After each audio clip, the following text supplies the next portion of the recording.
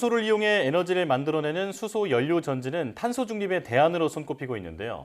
국내 연구진이 수소 연료 전지의 촉매 역할을 하는 백금을 대체해 비용을 80분의 1로 줄일 수 있는 수소 전지 촉매 개발에 성공했다고 합니다. 오늘 과학의 달인에서는 백금을 대체하는 수소 전지 촉매제에 대해 이야기 나눠보겠습니다. 카이스트 신소재공학과 조은혜 교수와 함께합니다. 어서 오세요. 안녕하세요. 네, 나오셔서 고맙습니다.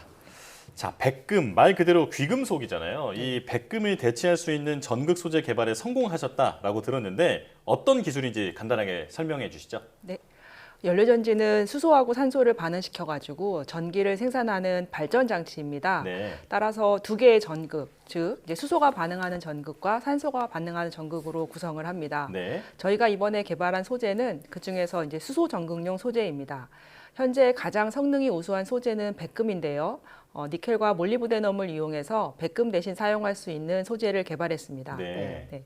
니켈은 아마 많이 들어보셨을 텐데 몰리브데넘은 좀 생소하실 텐데요. 네. 몰리브데넘은 주로 이제 스테인리스 각 만들 때 사용을 하는데 약 한 2에서 3% 정도 첨가를 하면 특히나 이제 바닷물 환경에서 이제 부식에 대한 저항성을 크게 향상시키는 그런 특성을 가진 금속입니다. 예. 네. 그러면 개발하신 니켈 몰리브데넘 촉매를 사용하면 수소 연료 전지는 주로 어떤 제품에 좀 적용될 수 있을까요? 네, 그 두 개의 전극과 함께 연료전지를 구성하는 또 다른 중요한 구성 요소로는 이제 전해질이 있습니다. 근데 전해질은 크게 이제 산성 전해질과 염기성 전해질로 우리가 구분을 할 수가 있는데요. 네.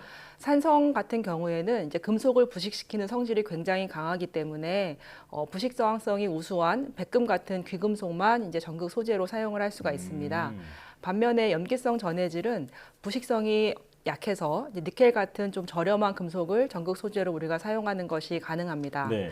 근데 이제 실제로는 가능은 한데 성능이 낮기 때문에 여전히 이제 백금이 사용되고 있는 상황입니다. 저희가 이번에 개발한 소재는 염기성 전해질에서 이제 백금을 대체하기 위한 것입니다. 네. 현재 수소 승용차나 또는 수소 버스 또는 수소 열차, 수소 트램 그리고 또 건물용 연료전지에 이용되고 있는 것들은 다 산성 전해질과 백금 촉매를 이용해서 만들어지고 있는데 이를 대체할 수 있을 것으로 기대됩니다. 네. 특히 이제 수소 승용차나 수소 버스는 이제 길에서 직접 보신 분들도 많이 계실 텐데요. 자동차에서는 전기만 사용을 하지만 연료전지로 발전을 하게 되면은 열도 같이 생기게 됩니다. 네, 그래서 뭐 아파트라든지 아니면은 이런 건물이나 병원 같은데 연료전지를 설치를 하게 되면은 전기하고 열을 같이 활용을 할 수가 있어서 이제 그런 경우에는 발전기 더하기 온수기 역할을 할 수 있다고 생각하시면 됩니다. 아, 그렇군요. 자, 조금 전에 저희가 백금이 귀금속이다 이렇게 비용이 비싸다는 얘기를 했는데 네. 백금을 이제 금속을 사용했을 때는 그동안 어떤 단점이 있었고 이번에 새로 개발하신 새 전극 소재는 어떤 장점이 있는지 정리해 주시죠. 네. 사실 그 성능만 놓고 보면은 이제 백금은 가장 좋은 소재라고 볼 수가 있습니다. 네. 근데 이제 가격이 워낙 비싸고 또 매장량이 적기 때문에 수소 사회가 다가옴에 따라서 이제 앞으로 백금에 대한 수요가 점점 늘어날 거라고 예상이 되면서 이제 그에 대한 우려가 제기되고 있는 상황입니다. 그런데 이번에 저희가 개발한 소재는 니켈하고 몰리브데넘을 사용하기 때문에 기존에 이제 백금을 사용할 때에 비해서 가격이 약 이제 80분의 1 정도로 낮출 수 있다는 게 가장 큰 장점이라고 볼 수 있습니다. 네, 네. 비용이 80분의 1로 낮출 수 있다는 건 정말 엄청난 큰 장점인 것 같지만 성능도 굉장히 중요할 것 같거든요. 이 니켈 몰리브데넘 성능, 백금에 비해 어떨까요? 네, 사실 가격만 아주 저렴하고 성능이 좋지 않으면은 대체를 네. 하는 것이 어렵습니다. 근데 저희가 이번에 개발한 소재는 이제 성능으로 비교를 하더라도 백금보다 10% 정도 더 향상이 됐기 때문에 대체가 가능할 거라고 저희가 기대를 할 수가 있고요. 네. 또 이제 한 가지 연료전지 전극으로 여러 가지 소재가 개발이 되고 있는데 사실 소재 자체로서의 성능은 아주 뛰어난데 이제 이게 연료전지에 적용을 했을 때 그 성능이 구현되지 못하는 경우도 많이 있습니다.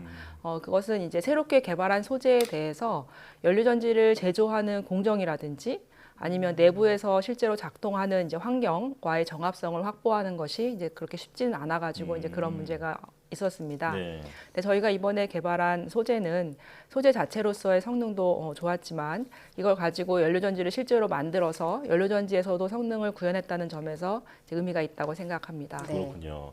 가격은 80분의 1인데 성능은 오히려 더 좋다. 네. 획기적인 발전이라고 생각이 드는데요. 그렇다면 지금 이 개발하신 촉매가 수소차 연료 전지에 지금 당장 적용이 가능한 건가요?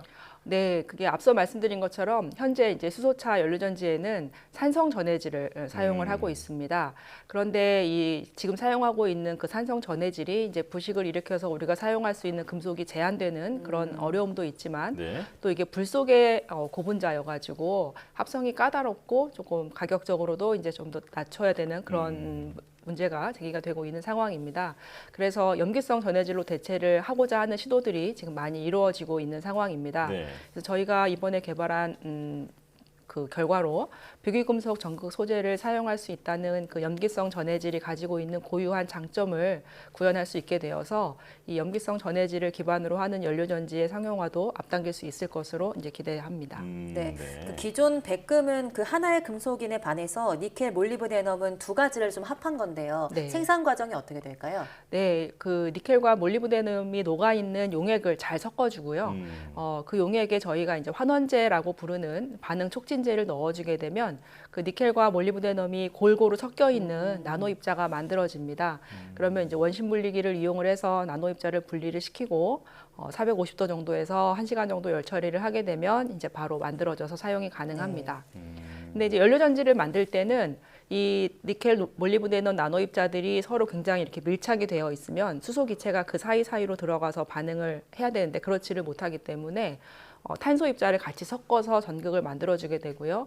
그러면 니켈이랑 몰리브데넘 나노 입자들이 이제 탄소를 사이에 끼고 좀 떨어져 있어가지고 네. 수소 기체들이 사이로 잘 들어가서 반응을 잘 할 수 있도록 그렇게 연료전지를 만들어줍니다. 네. 이 생산 원리까지 설명을 해주셨는데요.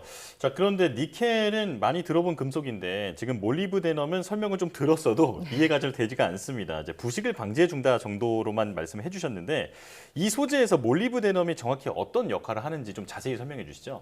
네. 그 수소 기체가 수소 이온으로 변화하는 반응이 이제 연료전지에서 일어나게 되는데요. 그 반응을 잘 도와주도록 하는 것이 이제 전극 소재가 하는 역할입니다. 네. 그래서 반응이 시작이 되려면 일단 수소 기체가 이게 백금이든 니켈이든 이 소재 표면에 와서 붙어야 되고요. 네. 그 다음에 이게 수소 이온으로 분리가 된 다음에 다시 그 니켈이나 백금 표면에서 떨어져 나가야지 반응이 이제 완결이 됩니다. 네. 그래서 이 전극 소재하고 수소하고의 흡착이 너무 약하면 와서 붙지를 않기 때문에 반응이 시작이 안 되고요. 네. 또 흡착이 너무 강하면 떨어져 나가질 않기 때문에 반응이 끝나지를 못합니다. 네, 그래서 너무 강하지도 너무 약하지도 않은 적절한 강도의 이제 수소 흡착 능력을 갖는 것이 가장 중요한 요구 특성이 되겠습니다. 그래서 그런 면에서 이제 백금이 수소 흡착 능력이 가장 적당한 가장 이상적인 소재라고 볼 수가 있고요. 니켈 같은 경우에는 수소 흡착이 좀 강한 편입니다.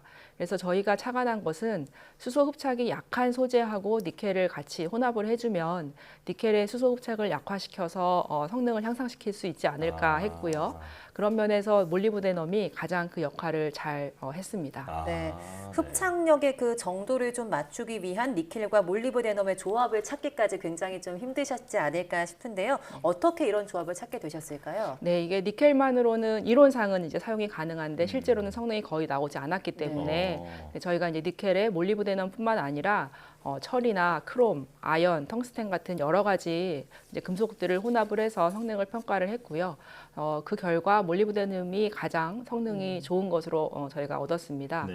근데 이제 몰리브데넘 같은 경우에는 산소하고 결합력이 강해가지고 산화물로 생성이 되는데요.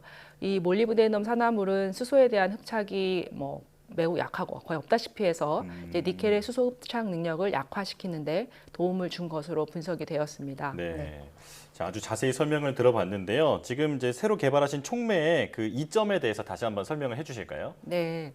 백금은 가격이 이제 비싸기도 하지만 이제 전 세계에 있는 매장량의 80%, 그러니까 거의 다라고도 보실 수가 있죠. 네, 그 정도가 그 남아프리카에 집중되어 있고요. 네. 나머지 20% 중에서 13% 정도는 러시아에 있고 나머지 7%가 이제 북미 지역에 흩어져 있습니다. 매장량도 물론 제한적이고요. 예. 따라서 수요가 많아지게 되면은 이제 가격도 가격이지만 이제 수급의 불안정성 문제도 우려가 되고 있는 상황입니다. 네, 이제 니켈과 몰리브데넘 같은 경우에는 백금에 비해서는 훨씬 이런 우려가 적은 금속입니다. 네. 자, 이제 마무리할 시간인데요. 오늘 설명해주신 촉매 기술처럼 그 수소 시대를 앞당기는 새로운 기술들을 앞으로도 계속 잘 개발해 주시길 부탁드리겠습니다. 자, 카이스트 신소재 공학과 조은혜 교수와 함께했습니다. 고맙습니다. 네,